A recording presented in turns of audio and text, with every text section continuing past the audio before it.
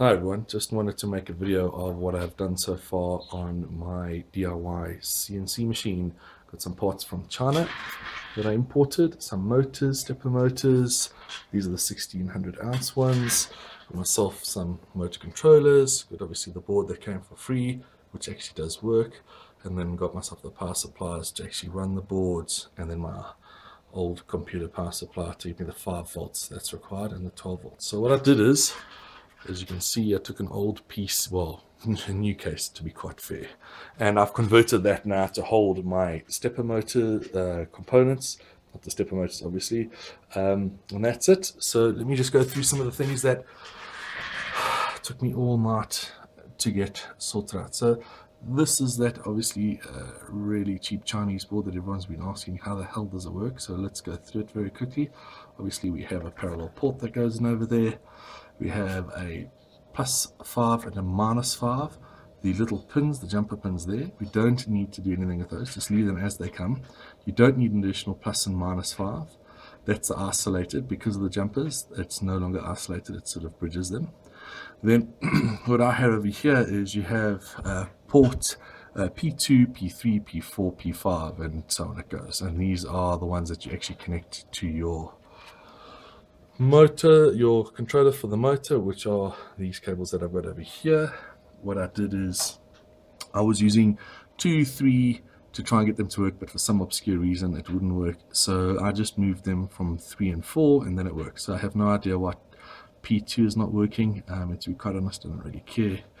I don't need that. I only need 4 motors to run the machine that I'm going to be building.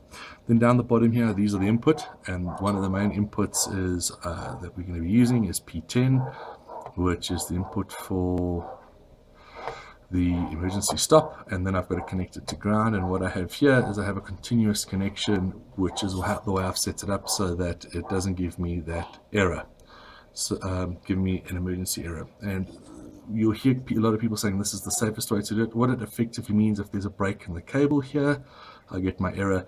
When I set my switches up, my home switch, as soon as it touches the home switch and there's a break in that home switch, when it touches it and it breaks open the circuit, it gives me the error, and then it knows that it's reached home, or that it's met, or that it's got to the limit. What that means is, with the gantry moving around, if there's any break or wire comes loose, it'll give you an error, and then you need to troubleshoot and find. So that's how you do it, and it's set up in the software. I'll do a video about that later. In terms of the power supply, I've got a 400 watt power supply, which is a bit of overkill here.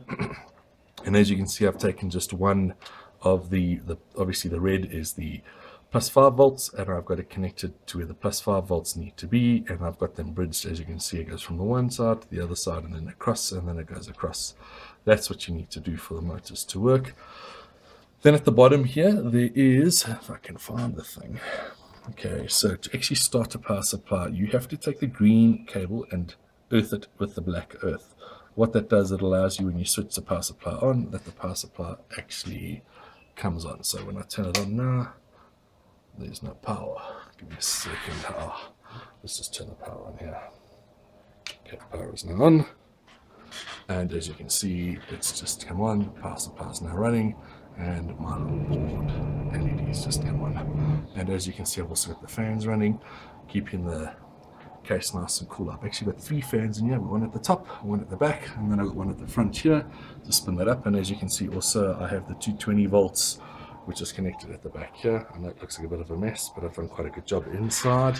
I've soldered these together, or soldered as you say it in America.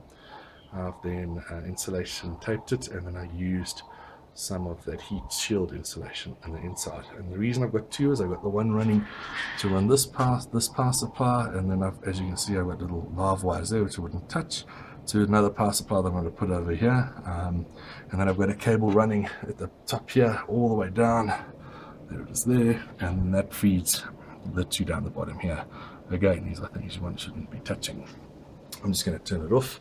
But as you can see there, my little lights have come on. There's power to them. So let me just turn this off very quickly. Then what I've got here is, these are the motors. They came with some instructions from it, but it's basically red, green for mine. Red, green, yellow, and blue is what you would connect to. If you can see at the top there, it's effectively A plus A minus, B plus B minus. I will show you later on how you can actually determine that with a multimeter without having, if you don't have the instructions from the guys overseas. I've also, if you've got the same as mine, I've also done the dip switches there. You'll see, and this is what was sent in the instructions, but just so that you can have a clear look if you need to know what the dip switch should look like. So I've got 5 off, which, so pins 1, 2, 3 are the pins for the voltage, for the amperage. 4 is, they've referred to it as half amp. I'm not really sure what that means. 5, 6, 7, and 8 is actually then the speed that we're running at, and it's got a little bit on the side here that tells you what, which is 1600, which is what the recommendation of it again from the supplier was. Some of the things that frustrated the living bejesus out of me was the fact that when I loaded up the software, Mac 3 is what I'm using, I tried to do it using Windows 8, that didn't work, and I was using 64-bit, that worked even less well. So I ended up installing Windows 7 eventually at 32-bit, and after lots of playing and tinkering around, it ended up working. I really did struggle to get some of the stuff done, but I'll do a picture on that at a later in terms of what I did on my Mac software to get it to work. But this is a basic setup on how the motors will be running. I will set these up and show you guys the motors at some point. I want to actually just look at the back here, and I want to mount the motor wires from inside. I want to move it to the outside where it's easily plug and play, where I can actually mark the different types of motors that are going to be there. So I'm going to have 2 for my X, 1 for my Y, and 1 for the Z. That's why I need a new or another motor and another controller, because I'm going to do a smaller motor for my Z. I don't think I need such a big one, to be quite honest. It's a little bit overkill. It weighs 5 kilos. It just adds to the weight of everything, which I'm going to try and keep down. Thank you very much for watching. Hope this was a help. Cheers, bye.